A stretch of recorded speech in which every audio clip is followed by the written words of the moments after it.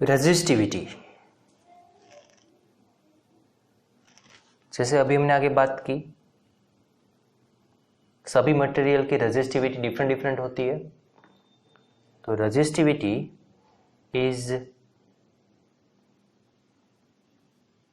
Fundamental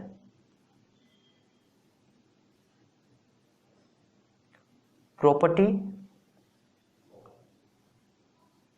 of material that resist means oppose कर रहा है, resist the flow of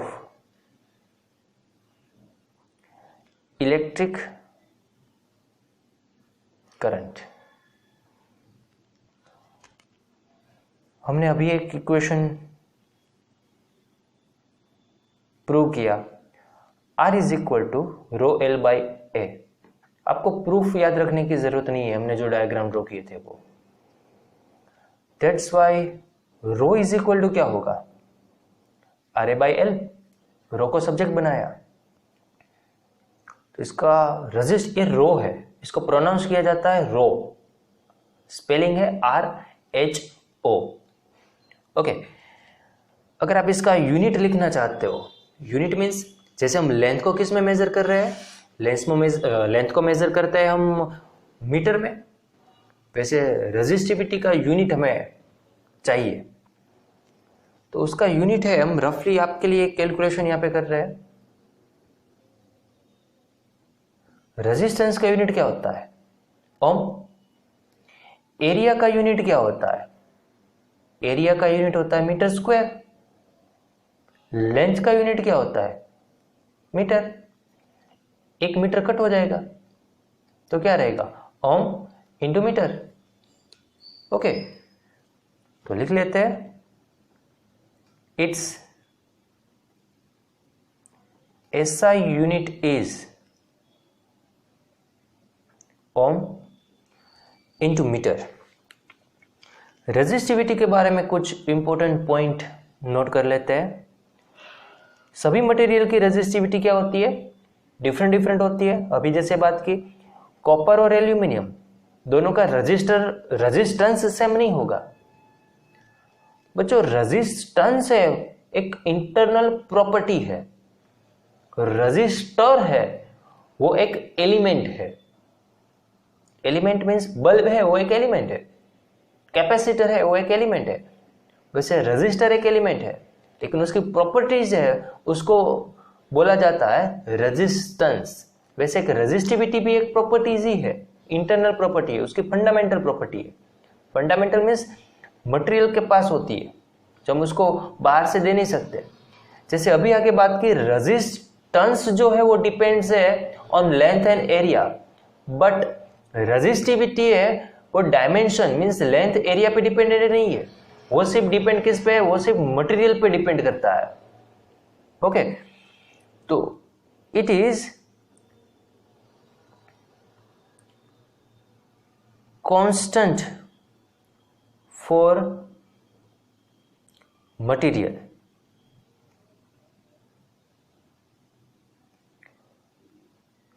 उसके बेसिस पे उसका क्लासिफिकेशन है, रेंज ऑफ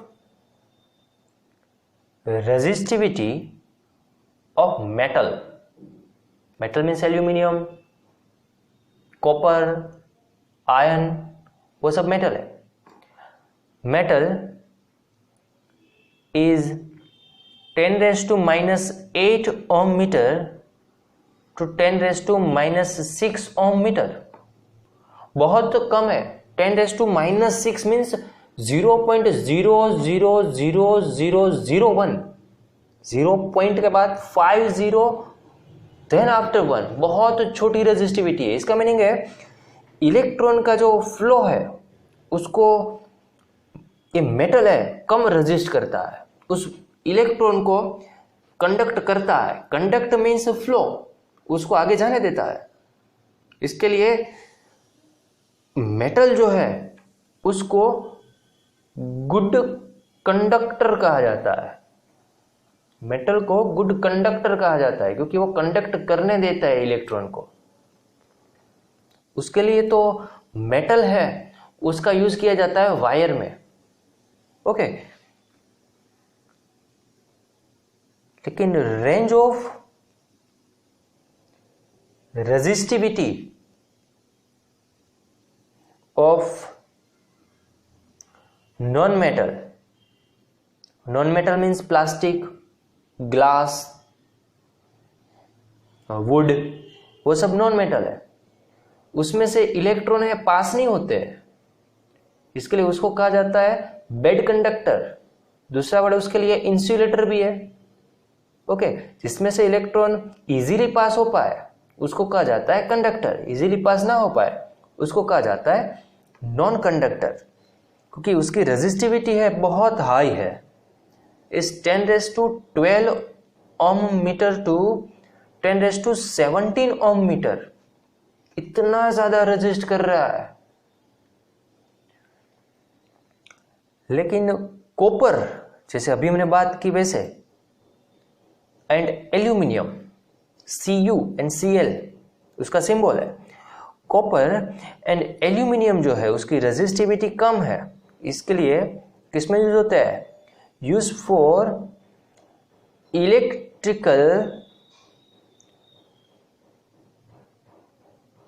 इलेक्ट्रिक ट्रांसमिशन।